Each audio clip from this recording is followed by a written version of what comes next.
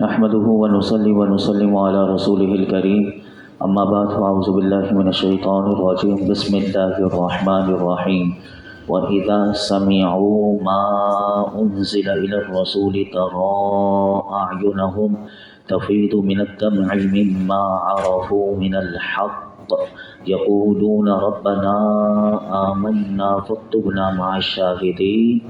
اور جب یہ سنتے ہیں وہ جو رسول کی طرف نازل کیا گیا تو تم دیکھو گے ان کی آنکھیں آنسوؤں سے ابل پڑتی ہیں، اس لیے کہ وہ حق کو پہچان گئے، کہتے ہیں اے ہمارے رب ہم ایمان لائے، بس تو ہمیں حق کے گواہوں کے ساتھ لکھ دے۔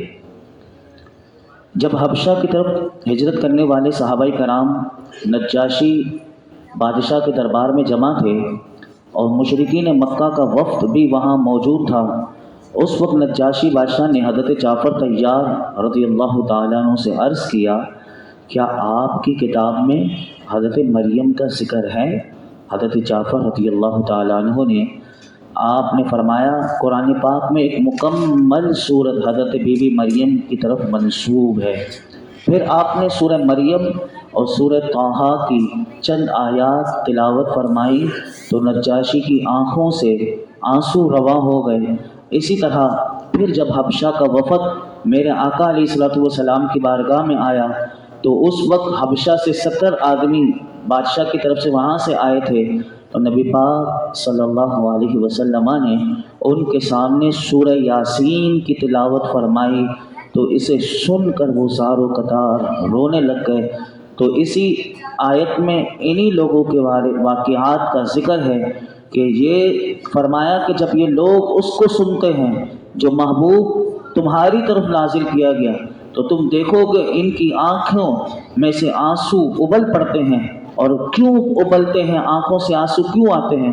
تو فرمایا کہ وہ حق کو پہچان گئے اور کہتے ہیں اے ہمارے رب ہم محمد مصطفیٰ پر ایمان لائے اور ہم نے ان کے برحق ہونے کی شہادت دی، بس تو ہمیں حق کی گواہی دینے والوں کے ساتھ لکھ دے اور ہمیں اس حبیب صلی اللہ علیہ وسلم کی امت میں داخل فرما کہ جو روز قیامت تمام امتوں کے گواہ ہوں گے۔ یہ کیسے انہوں نے گواہی دی؟ تو یہ انہوں نے انجیل میں یہ بات پڑھی ہوئی تھی، اور اس سے علماء فرماتے ہیں اس آیت سے یہ پتہ چلا کہ اللہ کے ذکر کے وقت اگر عشق و محبت میں رونا آ جائے تو یہ رونا سب سے اعلیٰ عبادت ہے۔ اسی طرح اللہ کے عذاب کی آیات سن کر یا پڑھ کر رونا آ جائے، اور اسی طرح اللہ کی رحمت کی امید میں بھی رونا آ جائے تو یاد رکھیے یہ عبادت ہے۔ اور بہت سے ایسے ہمیں ملتے ہیں کہ جو قرآن سننے والے ہوتے ہیں، جن کو قرآن سے محبت ہوتی ہے یا خود قرآن پڑھتے ہیں، تو وہ بھی اس وقت قرآن کریم سے لذت و سرور حاصل ہونے کی وجہ سے ان کے دل بھی مچل جاتے ہیں اور ان کی آنکھوں سے آنسو جاری ہو جاتے ہیں۔ اس کو بڑا خوبصورت انداز میں سمجھایا گیا کہ جو فجر کی نماز کے بعد اگر اس نے دیکھا ہو کہ صبح کی اگر خوشگوار ہوائیں چل رہی ہوں تو پھر شاخیں ان کو حرکت دیتی ہیں، وہ ہوائیں نرم، تو اسی طرح جب تلاوت کرنے والا بندہ ہوتا ہے تو وہ گویا کہ اللہ کی رحمت کی وجہ سے ہل رہا ہوتا ہے اور اس کا دل مچل رہا ہوتا ہے۔ تلاوت قرآن کے بارے میں 2 حدیث مبارکہ سماعت کر لیجئے تاکہ ہمیں بھی قرآن سے محبت ہو اور ہم بھی اس کی تلاوت کیا کریں۔ پہلی حدیث بخاری شریف کی ہے کہ حضرت ابو موسیٰ اشعری رضی اللہ تعالیٰ عنہ سے روایت ہے کہ رسول اللہ صلی اللہ علیہ وسلم نے ارشاد فرمایا جو مومن قرآن پڑھتا ہے اس کی مثال ترنج کی سی ہے کہ خوشبو بھی اچھی ہے اور مزہ بھی اچھا ہے، اور جو مومن قرآن نہیں پڑھتا وہ کھجور کی مثل ہے کہ اس میں خوشبو نہیں لیکن اس کا ذائقہ بڑا شیریں ہے۔ لیکن فرمایا کہ جو منافق فرمایا کہ قرآن پڑھتا ہے وہ پھول کی مثل ہے کہ اس میں خوشبو تو ہے مگر مزہ کڑوا ہے، اور جو منافق قرآن نہیں پڑھتا فرمایا کہ وہ اندرائن کی مثل ہے کہ اس میں خوشبو بھی نہیں ہے اور مزہ بھی اس کا کڑوا ہے۔ دوسری حدیث پاک مسلم شریف کی ہے کہ جس کو ہماری ماں ام المؤمنین سیدہ عائشہ صدیقہ رضی اللہ تعالیٰ عنہ روایت کرتی ہیں کہ رسول اللہ صلی اللہ علیہ وسلم نے ارشاد فرمایا، یہ ہم سب کے لیے اس حدیث پاک میں بہت بڑا پیغام ہے، فرمایا کہ جو قرآن پڑھنے میں ماہر ہو. اب یہ ماہر کون ہوتے ہیں؟ کہ جو بار بار جنہوں نے سیکھا ہوتا ہے، جو پڑھتے رہتے ہیں، جن کی زبان پر اللہ کا کلام جاری ہوتا ہے. میرے آقا فرماتے ہیں جو قرآن پڑھنے میں ماہر ہو وہ کرامن کاتبین کے ساتھ ہے. اور فرمایا جو شخص رک رک کر قرآن پڑھتا ہے، یعنی اٹکتا ہے، پڑھنے میں بڑی دشواری ہوتی ہے، اس کی زبان چلنے میں بڑی دقت ہوتی ہے، میرے آقا فرماتے ہیں وہ اس پر شاک ہے، یعنی اس کی زبان آسانی سے نہیں چلتی، تکلیف کے ساتھ ادا کرتا ہے. میرے آقا فرماتے ہیں اس کے لیے اللہ نے 2 اجر لکھے ہیں کہ ایک تو قرآن کی تلاوت کرنے کا اجر، لیکن پھر بھی کوشش کرتا رہتا ہے، یعنی تکلیف بھی ہو رہی ہے اس کی زبان کو لیکن پھر بھی پڑھتا ہے. حضور فرماتے ہیں اس کے لیے 2 اجر ہیں. تلاوت قرآن کے وقت رونے کی ترغیب باقاعدہ دی گئی، اور یاد رکھیے کہ تلاوت قرآن کے وقت رونا چاہیے، اور یہ اللہ کے جلیل القدر بندوں کا طریقہ ہے. اور بلند مراتب پر پہنچنے کے باوجود بھی ان کی دلی کیفیات ایسی ہوتی ہیں کہ جب بھی ان کے سامنے اللہ کا قرآن پڑھا جاتا ہے تو اسے سن کر وہ اللہ کے خوف سے رونے لگتے ہیں. قرآن اللہ کے ایسے بندوں کی تعریف سورہ زمر 23ویں پارے میں کس انداز سے کرتا ہے. کاش ہمیں بھی ایسا ہی نصیب ہو جائے کہ جب ہم بھی قرآن سنیں تو جیسے اللہ کے بندے قرآن سنتے ہیں ان کی تعریف اللہ نے کس شان سے کی ہے. سنیے، فرمایا اللہ نزل احسن الحدیث کتابا متشابہا مثانیہ تقشعر منہ جلود الذین یخشون ربہم ثم تلین جلودہم وقلوبہم الی ذکر اللہ. اللہ نے سب سے اچھی کتاب اتاری، یہ قرآن کی تعریف. فرمایا کہ ساری ایک جیسی ہے، جیسے آپ دیکھتے ہیں کہ ایک ہی جیسے الفاظ بار بار ریپیٹ ہو رہے ہوتے ہیں، بار بار دہرائی جاتی ہے. اس سے ان لوگوں کے بدن پر بال کھڑے ہو جاتے ہیں، یعنی ان کے رونگٹے کھڑے ہو جاتے ہیں. کن کے؟ فرمایا کہ جو اپنے رب سے ڈرتے ہیں. پھر ان کی خالیں اور فرمایا اور دل اللہ کی یاد کی طرف نرم پڑ جاتے ہیں. تو قرآن دل کو بھی نرم کرتا ہے اور جسم کی خال کو بھی نرم کرتا ہے. یہ خال پر رواں رواں یہ نرم ہو جاتا ہے، یہ اللہ کے کرام سے. میرے آقا قرآن میں پڑھتے ہوئے رونے کے بارے میں کیا فرماتے ہیں؟ یہ حدیث پاک ابن ماجہ شریف کی ہے. حضرت سعد بن ابی وقاص رضی اللہ تعالیٰ عنہ سے روایت ہے کہ رسول اللہ صلی اللہ علیہ وسلم نے ارشاد فرمایا یہ قرآن غم کے ساتھ نازل ہوا ہے، جب تم اسے پڑھو تو رو، اگر نہ رو سکو تو رونے والی شکل بنا لو. حضرت بریدہ رضی اللہ تعالیٰ سے روایت ہے کہ رسول اللہ صلی اللہ علیہ وسلم نے فرمایا قرآن کو غم کے ساتھ پڑھو کیونکہ یہ غم کے ساتھ نازل ہوا ہے. اور حضرت عبداللہ بن عباس رضی اللہ عنہما فرماتے ہیں کہ جب تم سورہ سبحان، یہ 15ویں پارے کی سورت ہے، سورہ اسرا بھی اسے کہتے ہیں، تو فرمایا کہ اس میں جو سجدے کی آیت پڑھو تو سجدہ کرنے میں جلدی نہ کرو یہاں تک کہ تم پہلے رو. اگر تم میں سے کسی کی آنکھ نہ روئے تو اس کو چاہیے کہ اس کا دل رونا چاہیے. اور تکلف کے ساتھ رونے کا طریقہ یہ ہے کہ دل میں حزن لائے، یعنی غم لائے اور ملال کو حاصل کرے. کیونکہ جب کسی کو تکلیف ہوتی ہے بلا تشبیہ، جیسے کسی کے گھر والے کا انتقال ہو جاتا ہے، جب بھی وہ اس کو یاد کرتا ہے تو فوراً اس کی آنکھوں میں آنسو آ جاتے ہیں. جیسے کسی کو اپنی ماں سے پیار ہوتا ہے اور ماں چلی جاتی ہے تو بندہ اس کو یاد کرتا ہے تو آنکھوں میں آنسو آ جاتے ہیں. تو اسی طرح یہ حزن کا طریقہ ہے. اور امام غزالی رحمۃ اللہ علیہ کیا فرماتے ہیں؟ آپ فرماتے ہیں غم ظاہر کرنے کا طریقہ یہ ہے کہ قرآن نے جو ڈرایا ہے اس کو یاد کرو، قرآن نے جو وعدہ کیا ہے ان وعدوں کو یاد کرو، عہد و پیمان کو یاد کر کے پھر سوچے کہ میں نے اللہ کے احکامات اور اس کی ممنوعات، یعنی جس چیزوں سے اس نے روکا، اس میں نے کتنی کوتاہی کی ہے. تو اس طرح وہ ضرور غمگین ہوگا.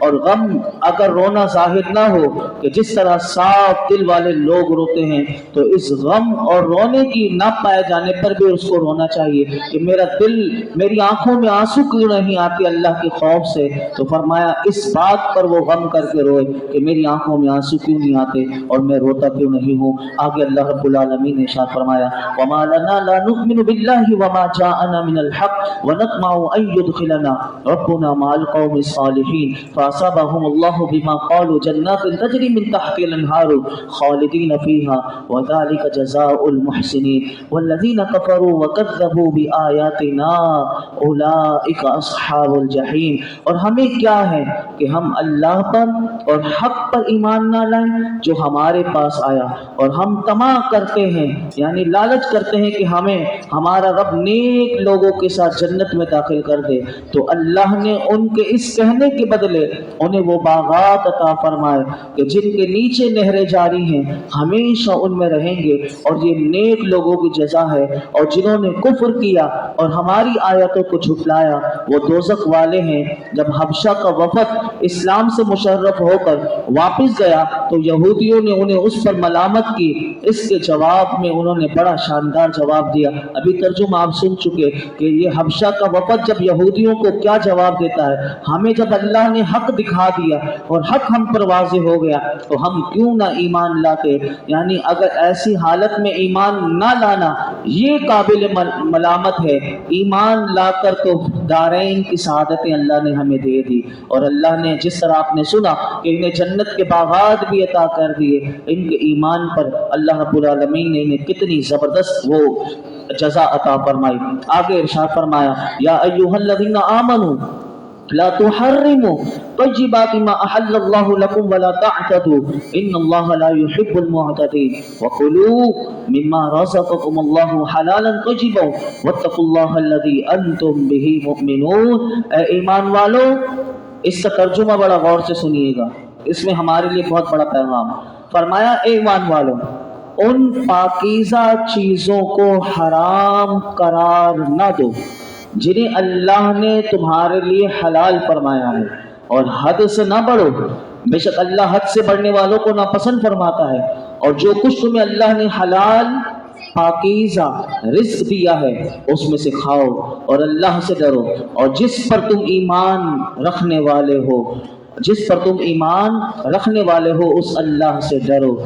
اس آیت مبارکہ کا شان نزول یہ ہے کہ صحابہ کرام کی ایک جماعت رسول اللہ صلی اللہ علیہ وسلم کا وعظ سن کر، یعنی حضور کا خطاب سن کر، حضور کی نصیحت سن کر، حضور کا قرآن سن کر، ایک روز حضرت عثمان بن مظعون کے ہاں جمع ہوئی، اور انہوں نے آپس میں ترک دنیا کا عہد کر دیا، اور اس بات پر اتفاق کیا کہ وہ ٹاٹ پہنیں گے، ہمیشہ دن میں روزہ رکھیں گے، ساری رات اللہ کی عبادت کریں گے، بستر پر نہ لیٹیں گے، اور گوشت اور چکنائی نہ کھائیں گے، اور عورتوں سے جدا رہیں گے، خوشبو نہ لگائیں گے۔ اس پر اللہ نے یہ آیت مبارکہ نازل کی اور انہیں ان کے اس ارادے سے روک دیا۔ نبی کریم صلی اللہ علیہ وسلم کی حدیث مبارکہ پیش کرنے سے پہلے اس آیت میں ہمیں بتایا گیا کہ عبادت میں اعتدال ہونا چاہیے، انسان خود کو زیادہ تکلیف میں ڈال کر عبادت نہ کرے، اس سے اللہ نے اس آیت میں منع کر دیا۔ اب نہ سمجھ میں آیا تو سنیے حدیث مبارکہ، اس سے اس آیت کو آپ کو سمجھ میں آ جائے گی۔ رسول اللہ صلی اللہ علیہ وسلم کی حدیث مبارکہ یہ مسلم شریف کی ہے کہ حضرت عبداللہ بن عمرو بن عاص رضی اللہ تعالیٰ عنہ فرماتے ہیں میں ہمیشہ روزے رکھتا تھا، ہر رات قرآن کی تلاوت کرتا تھا۔ نبی کریم صلی اللہ علیہ وسلم کے سامنے میرا ذکر کیا گیا تو آپ نے مجھے بلایا، حضرت عبداللہ بن عمرو بن عاص کو حضور نے بلوا لیا۔ فرماتے میں حاضر خدمت ہوا تو رسول اللہ صلی اللہ علیہ وسلم نے ارشاد فرمایا کہ مجھے یہ خبر ملی ہے کہ تم ہمیشہ روزے رکھتے ہو، ہر رات قرآن مجید پڑھتے ہو۔ میں نے عرض کیا کیوں نہیں یا رسول اللہ صلی اللہ علیہ وسلم، حضور میں نے اس عبادت سے صرف خیر کا ارادہ کیا ہے۔ رسول اللہ صلی اللہ علیہ وسلم نے ارشاد فرمایا تمہارے لیے یہ کافی ہے کہ تم مہینے میں صرف 3 دن روزے رکھ لیا کرو، یعنی پورا مہینہ۔ اب حضور نے وہ فرماتے ہیں میں نے عرض کیا رسول اللہ صلی اللہ علیہ وسلم میں اس سے افضل کی طاقت رکھتا ہوں۔ اب حضور آگے کیا ارشاد فرماتے ہیں؟ حضور نے ارشاد فرمایا تمہاری بیوی کا تم پر حق ہے، تمہارے مہمان کا تم پر حق ہے، تمہارے اپنے وجود کا تم پر حق ہے، تم اللہ کے نبی حضرت داؤد کے روزے رکھو کیونکہ وہ لوگوں میں سب سے زیادہ عبادت گزار تھے۔ میں نے عرض کی اے اللہ کے نبی حضرت داؤد علیہ السلام کس طرح روزے رکھتے تھے؟ تو ارشاد فرمایا وہ ایک دن روزہ رکھتے تھے، ایک دن افطار کرتے تھے۔ فرمایا کہ ہر ماہ، حضور نے آگے ارشاد فرمایا ہر ماہ قرآن مجید ایک مہینے میں قرآن پاک پڑھ لیا کرو، یعنی 30 دن میں قرآن پاک ختم کیا کرو۔ میں نے عرض کی یا رسول اللہ صلی اللہ علیہ وسلم میں اس سے افضل طاقت رکھتا ہوں۔ ارشاد فرمایا پھر 20 دن میں قرآن پاک ختم کر لیا کرو۔ فرماتے میں نے پھر حضور کی بارگاہ میں کہا کہ میں اس سے بھی افضل کی طاقت رکھتا ہوں، تو ارشاد فرمایا پھر 10 دن میں ایک قرآن پاک ختم کر لیا کرو۔ کہتے ہیں میں نے یہ صحابہ کا جذبہ دیکھے، صحابی کا جذبہ دیکھیے، فرماتے میں اس سے افضل کی طاقت رکھتا ہوں۔ پھر حضور نے فرمایا 7 دن میں قرآن پاک ختم کر لیا کرو، اور اس سے زیادہ اپنے آپ کو مشقت میں نہ ڈالو، کیونکہ تمہاری بیوی کا بھی تم پر حق ہے، تمہارے مہمان کا بھی تم پر حق ہے، اور تمہارے جسم کا بھی تم پر حق ہے۔ یعنی کتنا اعتدال والا میرے آقا نے وہ نظام دے دیا کہ اگر بیوی ہے تو اس کا بھی حق ہے، ہمارا وجود بھی ہم سے تقاضا کرتا ہے اس کو بھی آرام ملنا چاہیے۔ ہمارے مہمان آئے تو یہ نہیں کہ میں سب سے زیادہ نیک ہوں، اب میں کیا مہمانوں کو ٹائم دوں، تو مہمانوں کو بھی ٹائم دینا چاہیے۔ گھر میں کوئی آیا ہے تو اس کی عزت بھی ہے، وہ آپ سے محبت کے تقاضے کی وجہ سے آیا ہے تو وہ اسے عزت دینی چاہیے، اس کا پورا پرتباق استقبال کرنا چاہیے تاکہ اس کا دل خوش ہو جائے۔ حدیث پاک ایک اور ہے کہ جس کا مضمون یہ ہے کہ افضل عبادت یعنی فرائض ادا کرنے کے بعد سب سے زیادہ افضل عبادت یہ ہے کہ کوئی مومن کسی مومن کا دل خوش کرے، یعنی مہمان ایک مومن آیا آپ کے گھر میں تو اس کا دل خوش کرنا یہ بہت بڑی عبادت ہے۔ تو یہ نہ سوچے کہ میں تہجد گزار، میں بس نماز ہی قرآن ہی ہر وقت پڑھوں، تو ان چیزوں کو سمجھتے ہوئے ہمیں یاد رکھنا چاہیے۔ یہ تو آپ کو سمجھ میں آ گیا۔ اسی آیت میں ایک اور چیز ہمیں سمجھائی گئی، وہ بھی سن لیجئے، وہ کیا ہے؟ حلال چیزوں کو ترک کرنا یہ جائز ہوتا ہے، ان کا کرنا کبھی کوئی فرض و واجب نہیں ہوتا۔ یعنی جس طرح حرام کو گناہ اور نافرمانی سمجھ کر ترک کیا جاتا ہے، اسی طرح حلال چیزوں کو ترک کرنے کی اجازت نہیں۔ یہ آیت میں ہمیں سمجھایا گیا، اور اس سے ان لوگوں کے لیے پیغام ہے کہ جو حلال چیزوں کو ترک کر دیتے ہیں، یعنی وہ اس طرح کے جملے کہتے ہیں کہ اس کو بطور، یعنی اگر کوئی پوچھے تو کہہ دیتے ہیں کہ ہم نے اس کو اپنے اوپر حرام کر لیا، تو فرمایا گیا کہ اس طرح کا جملہ نہیں کہہ سکتے، اور جس طرح حرام ہے اس طرح کسی حلال چیز کو اپنے اوپر آپ لاگو نہیں کر سکتے۔ صوفیہ کے بارے میں جب بندہ سنتا ہے کہ صوفیہ کرام نے تو بہت ساری چیزوں کو وہ حلال تھی انہیں چھوڑ دیا تھا، تو اس کے لیے علماء نے جواب دیا کہ جس طرح کوئی بیمار آدمی ہوتا ہے تو بہت سی غذائیں جائز ہوتی ہیں لیکن صرف اپنی صحت کی خاطر وہ حلال چیزوں کو چھوڑ دیتا ہے، اسی طرح صوفیہ جو اللہ کے نیک بندے ہوتے ہیں وہ اپنے نفس کی وہ علاج کے لیے بعض حلال چیزوں کو وہ حلال سمجھتے ہوئے ترک کرتے ہیں، ایسے نہیں کہ وہ حرام سمجھتے ہوئے ترک کر دیتے ہیں۔ تو اس کو یاد رکھنا چاہیے۔ اور اسی سے علماء نے ایک اور بات بھی بتائی کہ اس سے ان لوگوں کو عبرت حاصل کرنی چاہیے کہ جو اللہ کی بندے، جو مقبول بندے ہیں، ان کی طرف جو بھی چیز منسوب ہو اس کو فوراً فتویٰ لگا دیتے ہیں اور حرام کر دیتے ہیں، اسے شرک کر دیتے ہیں، اسے شرک قرار دے دیتے ہیں۔ اس آیت میں یہ بتایا گیا کہ جو چیز اللہ نے حلال کی ہے تم کون ہوتے ہو اس کو حرام کرنے والے؟ جیسے کہ نظر و نیاز کو فوراً حرام بول دیا جاتا ہے، یہ کھانا ہی حرام ہے، تو یہ گویا کہ وہ اللہ کی حلال چیزوں کو حرام کر دیتے ہیں۔ تو یہ قرآن میں کہا لا تحرموا طیبات، جس کو اللہ نے حلال کیا ہے تم کون ہوتے ہو اس کو حرام کہنے والے؟ تو یہ اس پر بہت سارے دلائل بھی ہیں، لیکن اگر ہم ترجمے پر ہی غور کریں تو ہمیں بہت سی چیزیں سمجھ میں آ جائیں گی۔ اللہ رب العالمین جو کچھ سنا اسے یاد رکھنے، عمل کرنے کی توفیق عطا فرمائے۔ الحمدللہ رب العالمین والصلاة والسلام علی سید الانبیاء والمرسلین وعلی آلہ وصحابہ اجمعین۔ یا اللہ پاک جو کچھ ہم نے سنایا اس میں کوئی غلطی کوتاہی ہو معاف فرما، اپنی بارگاہ ہمیں شفع قبولیت عطا فرما۔ یا رب العالمین ہمیں قرآن کا نور عطا کر دے، ہمیں قرآن کی معرفت عطا کر دے۔ اے اللہ قرآن صحیح سمجھنے اور سمجھانے کی توفیق عطا فرما، ہمارے لیے سمجھنا سمجھانا آسان کر دے، ہمارے لیے سمجھنا سمجھانا آسان کر دے، اس میں غور و فکر کرنا آسان کر دے۔ اے اللہ اس پر عمل کرنا ہمارے لیے آسان کر دے، ہمیں باعمل بنا دے، با حیا بنا دے، با کردار بنا دے۔ قرآن قرآن مجید کے مطابق ہمیں اپنی زندگیوں کو گزارنے کی توفیق عطا فرما، حلال اور حرام کی تمیز عطا فرما، حرام کے لقمے سے محفوظ فرما، رزق حلال وسیع عطا فرما، برکت والی عزت والی کشادہ روزی عطا فرما، زندگی میں کسی کا کسی لحاظ سے محتاج نہ کرنا، ہمارے جسموں میں جو بیماریاں ہوں اسے دور کر دے، ہمیں ناشکری سے نافرمانیوں سے بچا لے، ہم تیرے فضل کو تیری رحمت کا تجھ سے سوال کرتے ہیں، اے اللہ ہم سب پر، ہمارے گھر والوں پر، میرے آقا کی امت پر اپنا خاص فضل و کرم، اپنی رحمتیں، اپنی نعمتیں عطا فرما، آنے والی ہر قسم کی بلاؤں سے، وباؤں سے، مصیبتوں سے، پریشانیوں سے ہمیں، ہمارے گھر والوں کو اور میرے آقا کی امت کو محفوظ فرما۔ یہودی جتنی سازشیں کر رہے ہیں آگے کے لیے، اللہ ان کی ساری سازشوں کو ناکام و نامراد فرما دے۔ ربنا تقبل منا انک انت السمیع العلیم وتب علینا انک انت التواب الرحیم۔ اس درس قرآن میں جتنے حاضرین موجود ہیں ان سب کے دلوں میں جو حاجتیں ہوں پوری فرما دے۔ وصلی اللہ تعالی علی خیر خلق محمد وعلی آلہ وصحبہ۔